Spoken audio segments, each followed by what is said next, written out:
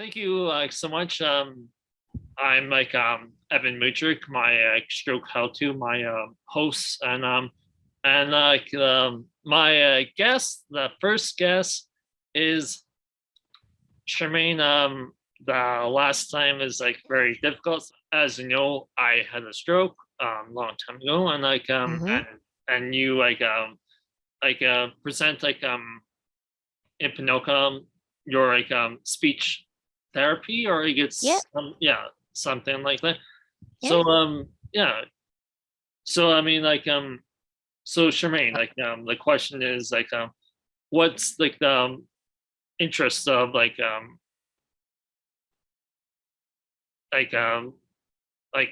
get started of speech therapist, or tell me about the beginning of speech Yeah, therapist, for sure, Evan. So, I've been a speech therapist since 1996. I graduated from the University of the Philippines with a bachelor's in science and speech pathology. And I also have a master's of science in communicative disorder sciences from California State University, Northridge. And so I've been a speech pathologist for more than 20 plus years. So I practiced first and foremost in the Philippines, and then I've been to several countries like New Zealand. So I worked as a speech language therapist there, and then from there went to Ontario, and I worked as a speech pathologist there from 2001, I believe, to no 2002 to 2010. And then from 2010, I moved to Alberta. So I've been here in this program, in this facility for since 2010. So the program that I'm working in is called Halvard Johnson Center for Brain Injury, and it's part of a bigger sort of facility. It's called the Centennial Center for Mental Health and Brain Injury. And the brain injury and traumatic brain injury sort of programs it's just but one part of the whole gamut of services that are offered here at Centennial. But specifically here in brain injury, currently I work in the Waterton unit, and basically Waterton is an inpatient sort of unit for inpatient rehab. So once a patient is admitted, so an adult usually aged from 18 years and up to 65, and basically these clients probably have suffered stroke or traumatic brain injury, and then they're usually admitted for usually about 6 months of inpatient therapy. So that therapy means basically receiving daily like intensive therapy from a team of therapists. So that ranges from speech therapy, physical therapy, occupational therapy, recreational therapy. Of course, we have our physicians and staff nurses and psychiatric aides. And also, we have a patient school that provides services for literacy, reading, and writing. So it's quite a varied and a rich sort of a program for um, inpatient rehabilitation. yeah. Cool. So but you went to the Philippines, and you interest of language, or or it's what cause of the in high school, or it's or in college, or it's to language is very interesting, and you Yeah, speak full Filipino, to it's a hard a language, but yeah, it's so yeah, tell me yeah. more of So yeah, it's very yeah, interesting. so you're exactly right. So I was born in the Philippines. My first language is Tagalog, Yeah. and also in the Philippines, the medium of instruction starting in mostly Well, it starts in elementary or primary school. The medium of instruction is also in English.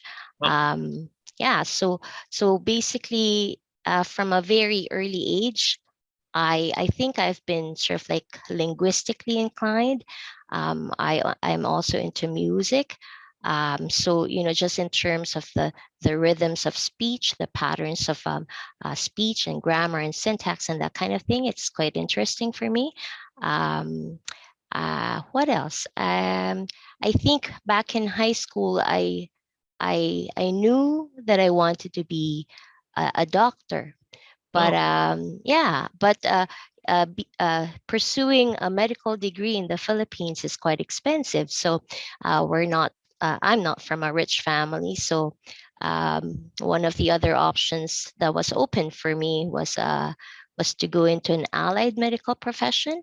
And fortunately, I got into this like a premier state university in the Philippines. It's called the University of the Philippines, and usually students who are admitted into that university have free tuition basically, but you have to exhibit sort of academic merit in order to be able to be admitted into that university. So you were quite lucky. yeah. Sure. So like so you like love like to again like different language. So it's like so in Philippines like you like speak like God and then like Tagalog. and like also like English as well because like Yeah, yeah, and that's why it's like the yeah, USA like I did that. So yeah. so yeah, back to like jumping up so I had a stroke and it's very difficult like in like the U of A hospital and in like Glenos, it's very difficult. Like I can't say the right word. So like so you like brought me like um and like and like probably it's a rumor. It's like my memory is like a very like fading. Like it's like but like you and I like sit down and like for like 45 minutes like and like morning and afternoon like it's right like morning and afternoon like Yeah. at least 2 hours or like 1 hour and 30 minutes Oh, it was more yeah than yeah that. I yeah yeah remember because you came into the program around March of 2011. And then I started in this program November 2010. So I think, and the stroke streaming program was just starting by that time. yeah So I'm not, if I remember correctly, the number of clients with aphasia at that time was not that high. So at that point, you came in and you obviously needed like rehabilitation and communication therapy specifically, also physical therapy because he had some like in terms of the walking, he had some good goals back then, I think. But anyway, so um, I think I saw you for about 2 hours to 3 hours. yeah It ranged depending on my availability to see you or to fit you in my schedule and to sort of like see the other patients in my caseload. So I had time to actually provide intensive therapy for you back then. well thank you I mean it's um which is great and like as you know my talking is much better than like in 2011 like but when like sit down and like just like the one thing like you like teach me I mean like it's not like the custom alphabet or Mm-hmm. it's like the that like one or it's like the multitude of like different things or like tell me more of that of like the Yeah. yeah So you're talking about the modified alphabet. So yeah basically, We sat down together, and then sort of like I considered your interests and what you were really into. So I knew you were really into movies Yeah. and actors and music. So the modified alphabet basically, we sat down together to find some keywords. So highly imageable or highly familiar words that you can easily say, and then you can easily retrieve when you need to. So for example, it encompassed all of the sounds in the English phonology. So from A to Z and all of the other sort of sounds in between. So if I remember correctly, your A keyword was Like, uh, I can't remember now, but your B was like like B B B to B, or what was it? Bob, it's like the rapping, I like the airplanes, the night side, like like it's like Yeah, I mean, it's like but yeah, anyway, yeah. And then so I remember specifically that your keyword for L was Lady Gaga. yeah, yeah, yeah. Oh, and your keyword for A was Arnold Schwarzenegger. Oh, I mean, Like uh, even though it was long, you were able to say it fluently, and because you were really interested in movies, your A was Arnold. yeah, I mean, like, So anyway, I mean, maybe I mean, like, I like I really like that custom uh alphabet, yeah, and I always like remember like the old time, yeah, like that's right. yeah, Yeah. And so that was the purpose of it. So we sat down to find those keywords, and basically the purpose of it was for you to easily recall those keywords, and the fact that you remember the actual whole word. Well, the purpose of that was to be able to isolate the first sound from Arnold and say for A. So and even remember how the form or the shape of the letter, so basically be able to write it. yeah, So the yeah, purpose of that, I think, was more for you to be able to self cue yourself in terms of like when you needed to find the right word for telephone.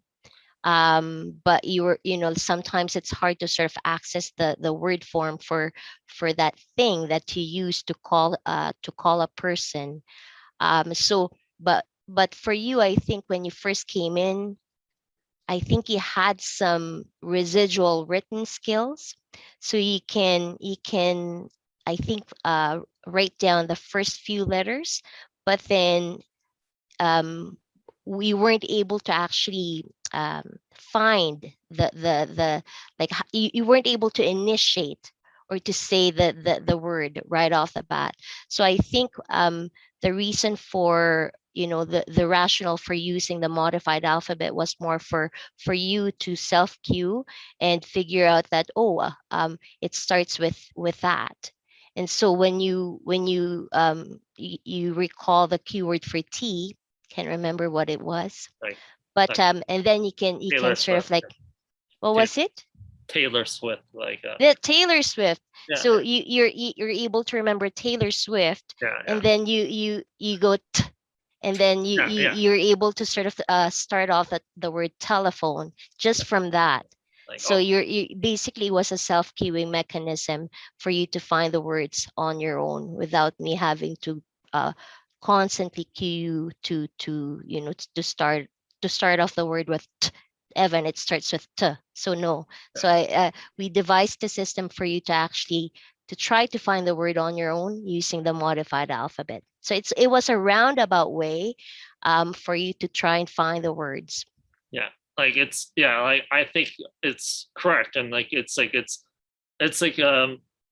aphasia, like, and it's very important you like learn the, but I'll like continue, but like it's like I like the pre-stroke, I can just getting like it's in there but but the aphasia like the is like damaged like the front door. So like Yeah, I went around like the back door and yeah, it's like a piece of like my brain. yeah, But yeah, that's right. but It's it's very exactly right. yeah. So Yeah, so those connections that allow the brain to sort of like figure out which word to choose for when you want to say, telephone.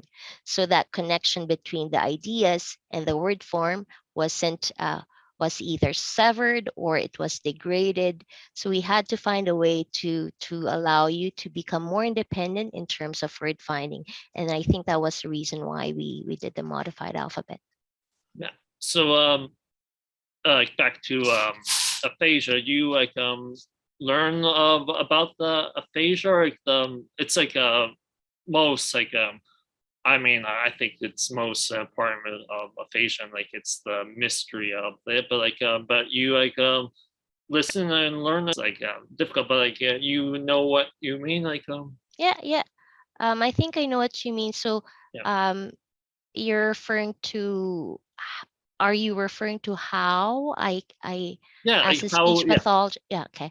So as speech pathologists, we get training in terms of like the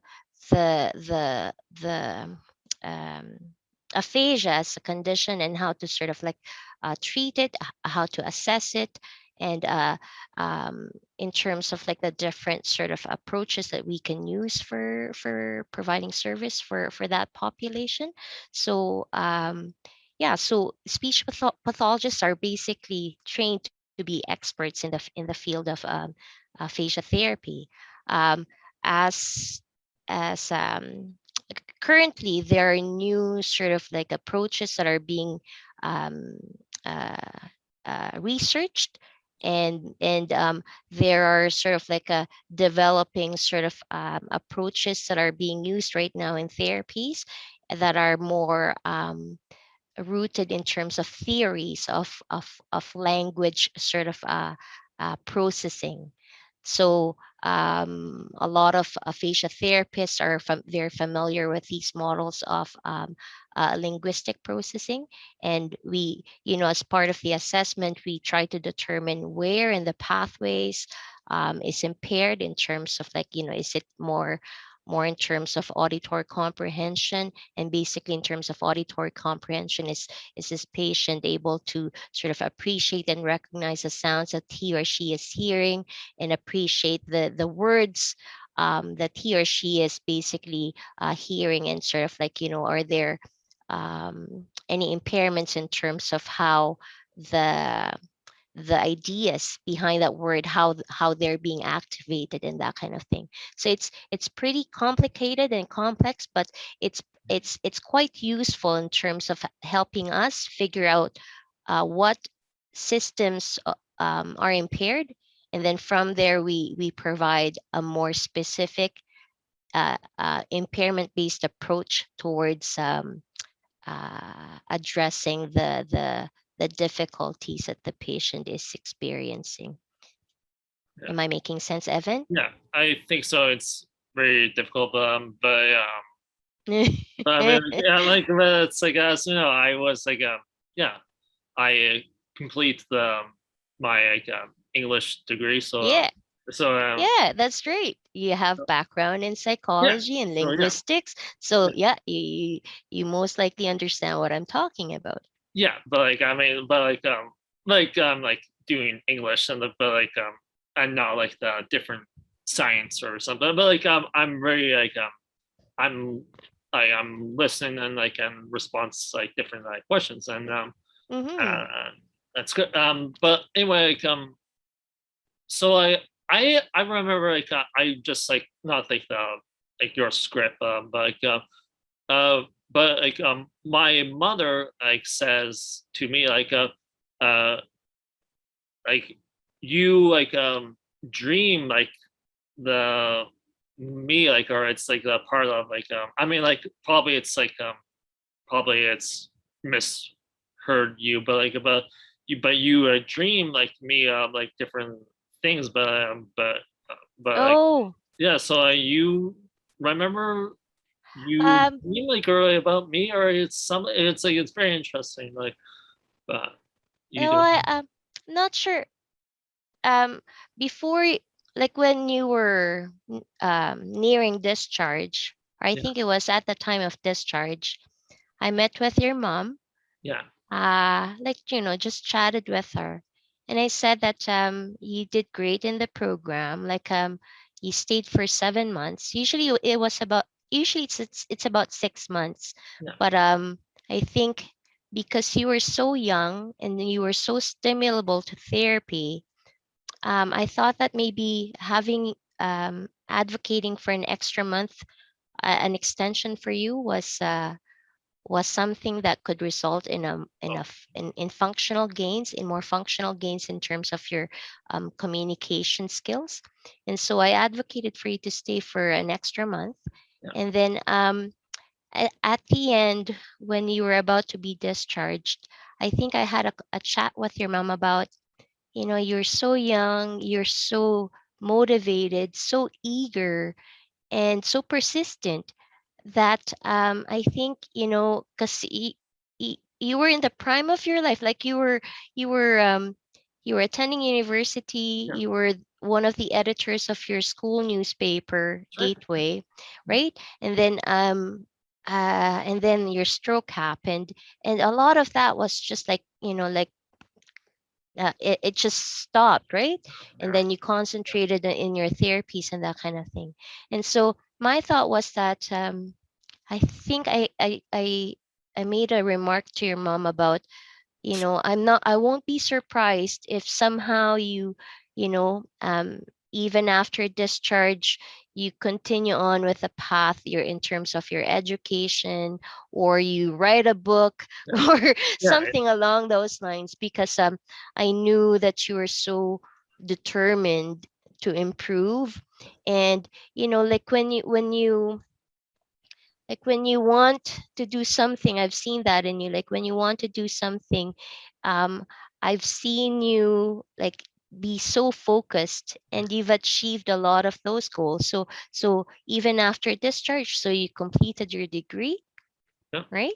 yeah, yeah, But with student supports, for sure. yeah, And so and that's something to consider, that you can still achieve your goals in a modified way. um but yeah, so I think that's what I if I remember correctly, that was one of the conversations that I remember having with your mom, is that potential yeah, for further improvement, because you're so young.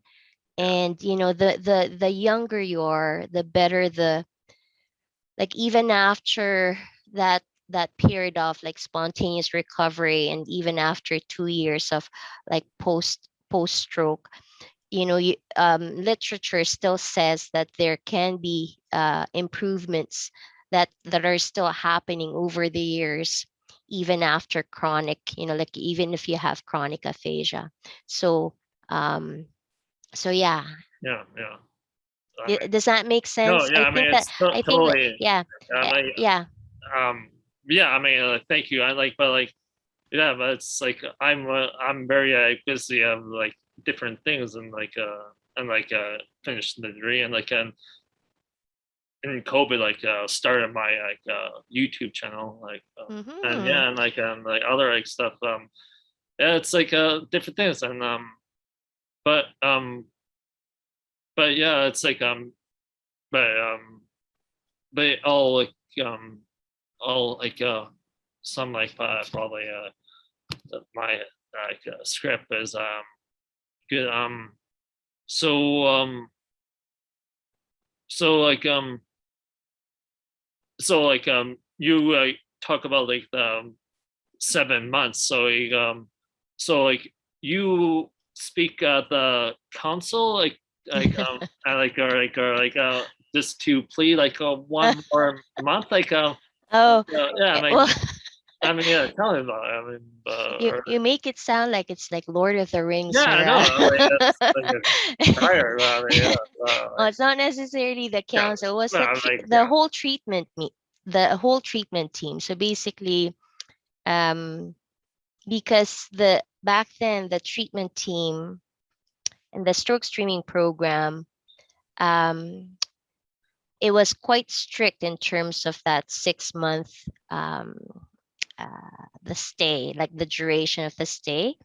And so like we could advocate for extensions, but when we advocate for extensions, we needed to make sure that we provide um, like justified sort of for good reasons or rationale for the extension. And usually those rationales are um, like they have to sort of justify a functional gain. Like if you were to stay, what functional gain would you achieve within that 1 month or within those 2 months, and that kind of thing. And so for you, if I remember correctly, it was around because you were starting to speak more and more in sentences by that time. Yeah.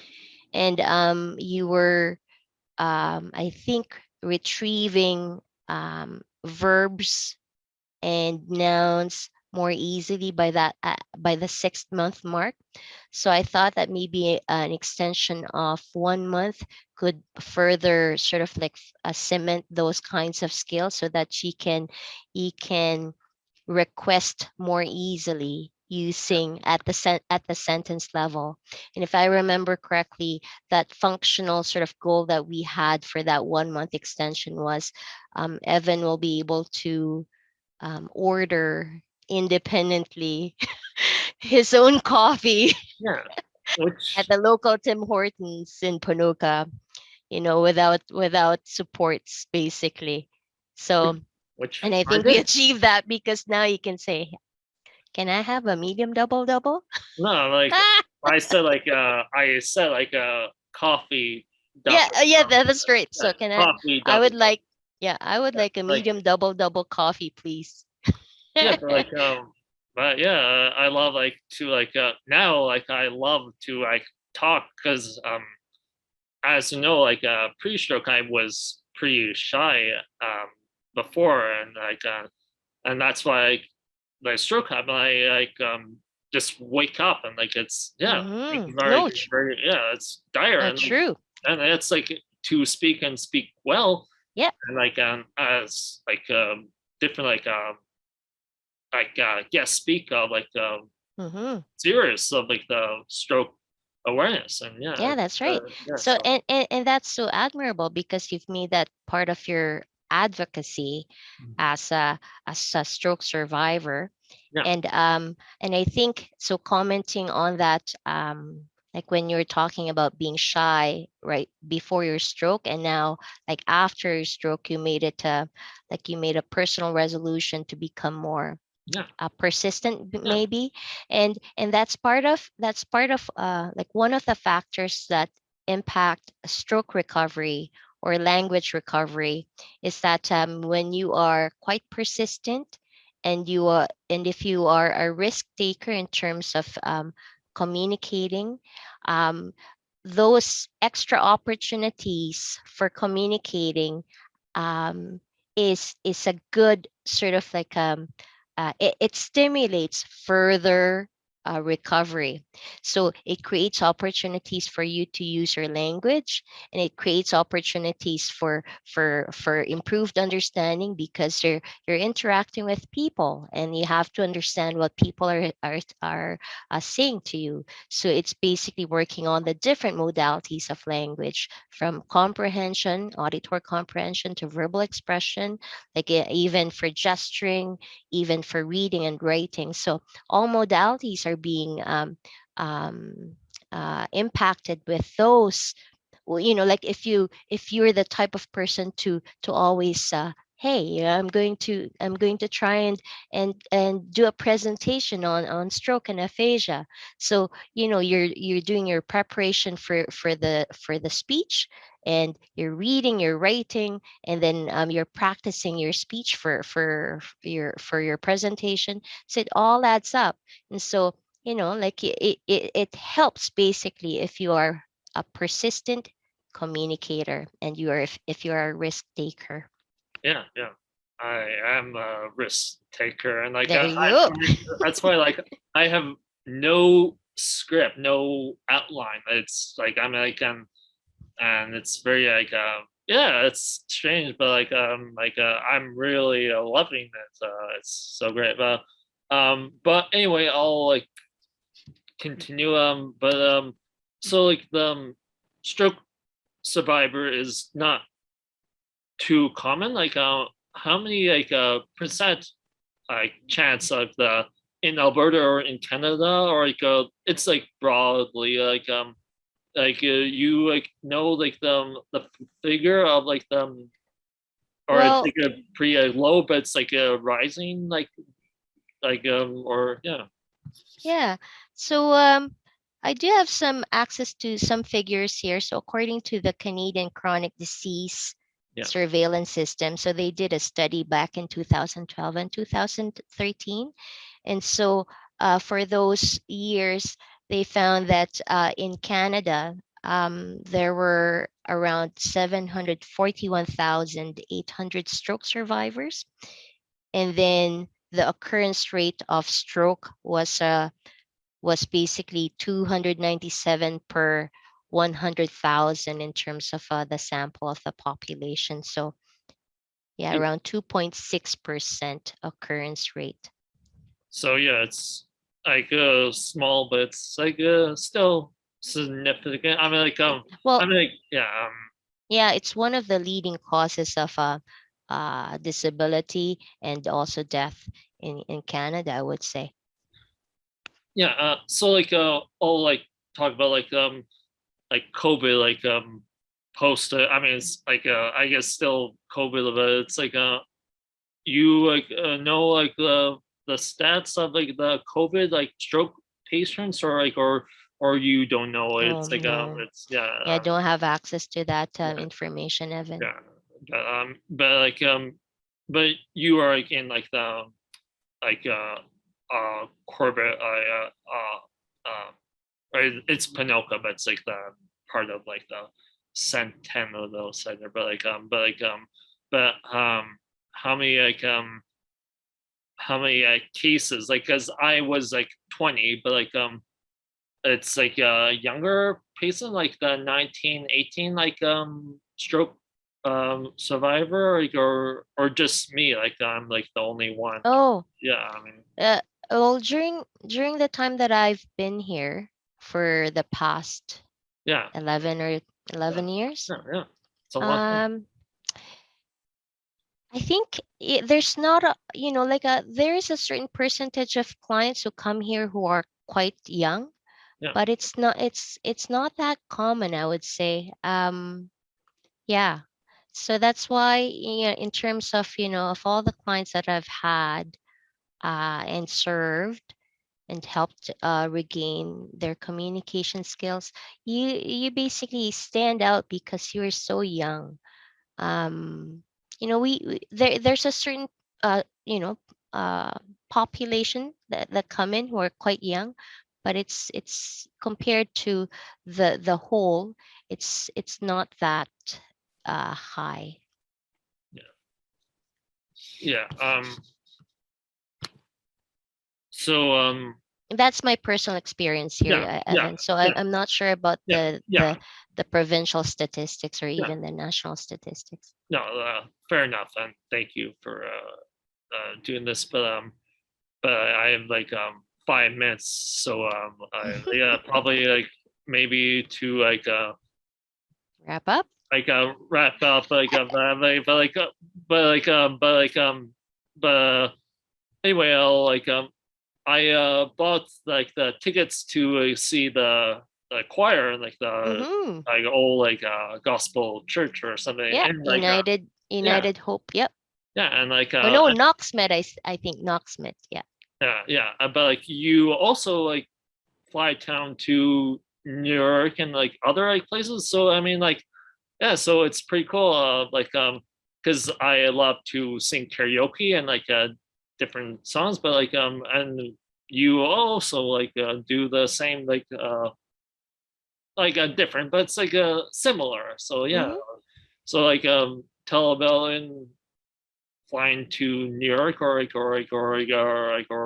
different like other like big events Yeah. or So yeah, do you want me to talk yeah about yeah New York? yeah Okay. yeah no, So yeah yeah, so I'm part of this choir group called the Willen Chorale, and basically we sing a lot of early church music, like polyphony, monophonic types of music, but basically it's early church, like Renaissance type of yeah music. So anyway, so in 2000, what was it, 2014 and 2000, no, 2016 and 2019, the choir um, was invited to actually participate in this in this like global type of concert in Carnegie Hall.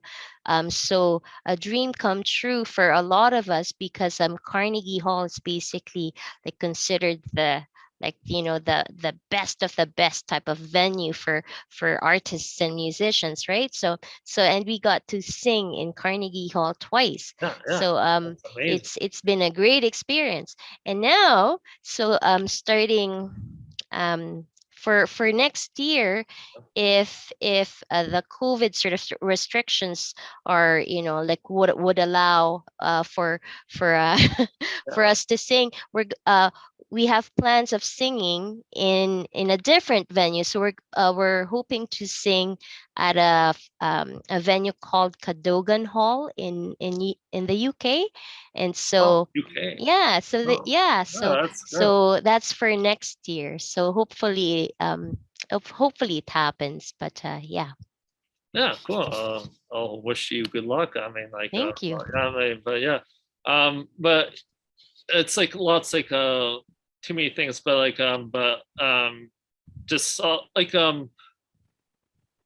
but thank you so much, and like but also would you like come back not like now, but some other like time like to like spend time again like face to For face for your YouTube channel, or yeah I'm like yeah I more mean another interview? yeah For I'm like sure, yeah Evan. it's like a Always for you. yeah I mean of course I'm like Yeah. uh, No, but no, I'm yeah really, can I say something? yeah what's up Yeah, so I'm really proud of what you've done, how far you've come since, you know, since you've come here in Halver Johnson.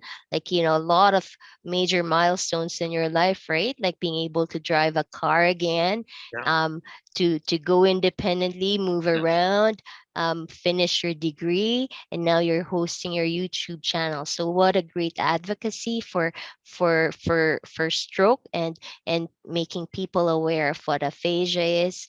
And it's just you know, quite admirable. So yeah I mean thank you and like yeah but like yeah thank you so much and hopefully I'll like bring you back yeah not to like next week but yeah but down the mhm. line yeah but yeah thank you so much You're very welcome, yeah Evan. yeah I don't know what to say but like and yeah just to like and subscribe my YouTube channel and like and you also like you as well I mean you like subscribe my channel or you like Yeah, it I watch yeah okay your episodes, yeah for so yeah sure. so yeah so Right? great so it's good for you and yeah so that's it like see you later I mean like See you later, no, everybody. bye bye everybody Bye I know, bye. yeah